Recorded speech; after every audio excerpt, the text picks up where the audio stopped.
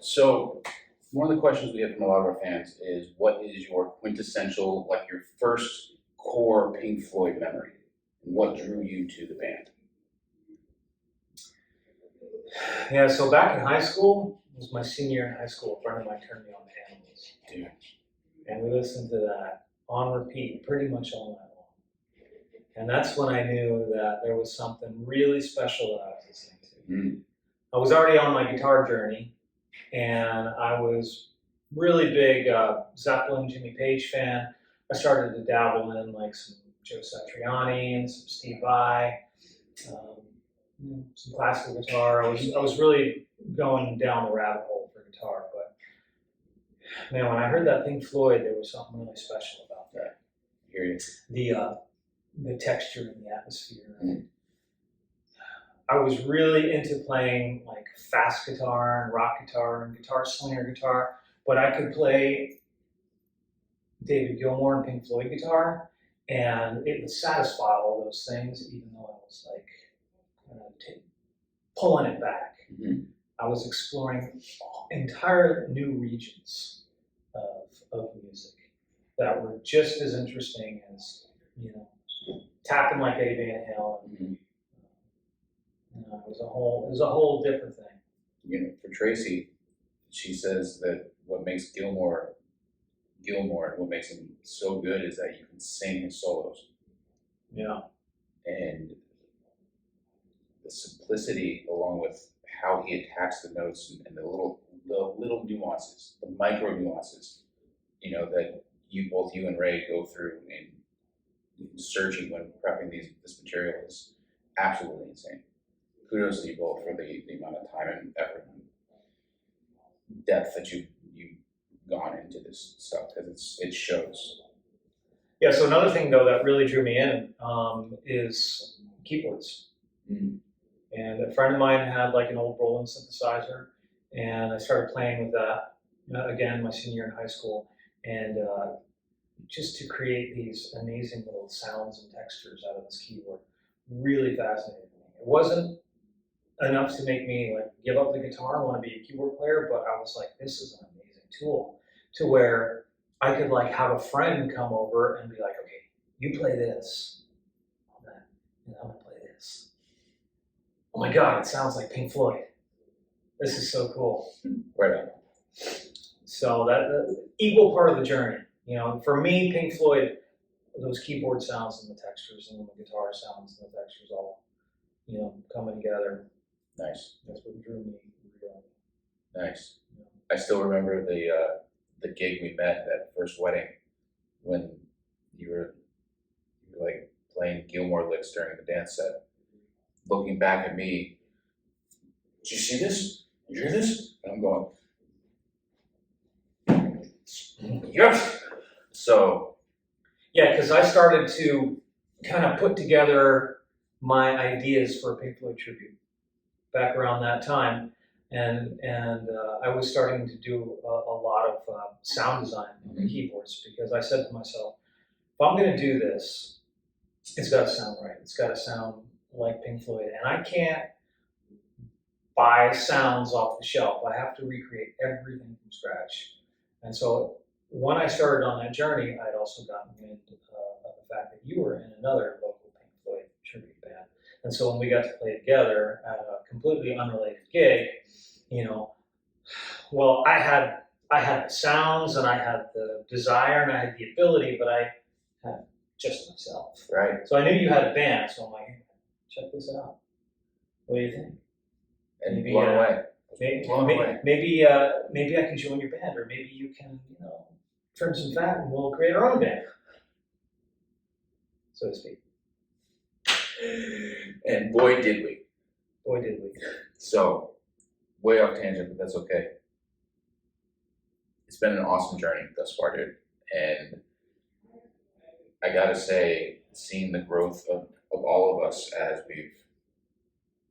from where we've started through the transition you've gone through with your own rig, to how that's inspired Ray, to how that's helped to shape what's going in the front of house, to in the monitor world, everything,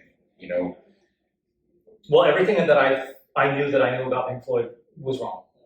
everything. And that's the real irony about it is years of being a guitar player and years of like, hey, this sounds just like Pink Floyd. But when we actually got to it, I realized it sounds nothing like Pink Floyd actually. Actually, oh my God, I've been doing it wrong all this time. Because David Gilmour didn't have a lot of the fancy tools that we had growing up. Right. And it was really amazing to kind of rediscover, and in a lot of ways discover for the first time, how to craft those sounds.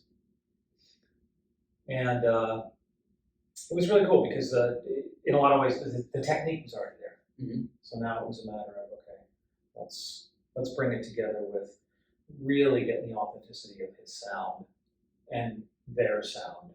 Mm-hmm. And in that respect, it was really easy. It all came together really, really easily. Well, when you have the years and the time put into the craft, into the building of it, and then designing, and it just clicks. This is what I fully believe that this is the band you were destined to be in, and the path that you were destined to be in, because it shows through your playing. Not blowing smoke up your ass. Easiest gig I ever had. He's like, let's get out of bed, get dressed, and let's play some Floyd. It's amazing. It feels great. There's amazing energy. The audience loves it. Let's do it again tomorrow. Yeah. Yes. Yes. And we're just building on that. So I was talking to this guy Doc over at Colossal Radio, and he's got an internet radio station. I think Ray and I did an interview with him for the first show that we did at Penn's Peak. I called him up out of the blue a couple Fridays ago to announce it, the new one we have coming up in November, October, whichever it is. And he asked me about what was like a shining moment for me in the band. And it was the attention to detail that we put in, and it really clicked when we turned that attention to breathe, and we really sunk that groove in. It opened up a whole different sonic.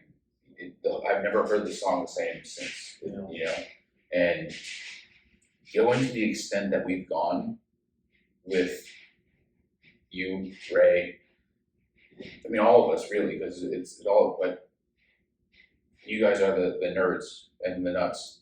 Pink Floyd as a group, they were masters of kind of playing around the pulse of the song. Mm-hmm. You're not going to find Pink Floyd just like, you're going to find them leaning back into that, mm-hmm. and just creating this whole vibe that is anchored, but it's just fluid enough to where it just permeates you. You can feel it. Mm-hmm. And if we were going to do this project right, we needed to learn how to do that too. And I think that's what you're referring Yes. to. Yes. A deep dive into breathe, and how can we all together kind of just pull back, sit back, in it, yeah, and ride the wave. And I think that's what makes us different. Yeah. I know that's what makes us different from some of the other Pink Floyd bands out there. Is there's a feel there that we put time into it, mm-hmm. But I wouldn't be lying. Also, I have to say that we have it too. We have the feel. Yeah, we do. And I'm really happy to know that our fans, a lot of our fans, they notice that, they hear that, and that's why they keep coming back and seeing us. Mm-hmm. Mm-hmm. So yeah, all right. So tonight, and you'll probably see this after tonight, but tonight we're going to be in the APG Credit Arena in Hartford, Maryland. Beller. Yeah. And then tomorrow we're going to be in Delaware. Something like that. The Grand. Yes. The Grand. The Grand. I don't know where we're going to be. It's in Master Tour. Check Master Tour. Oh yeah. Dude.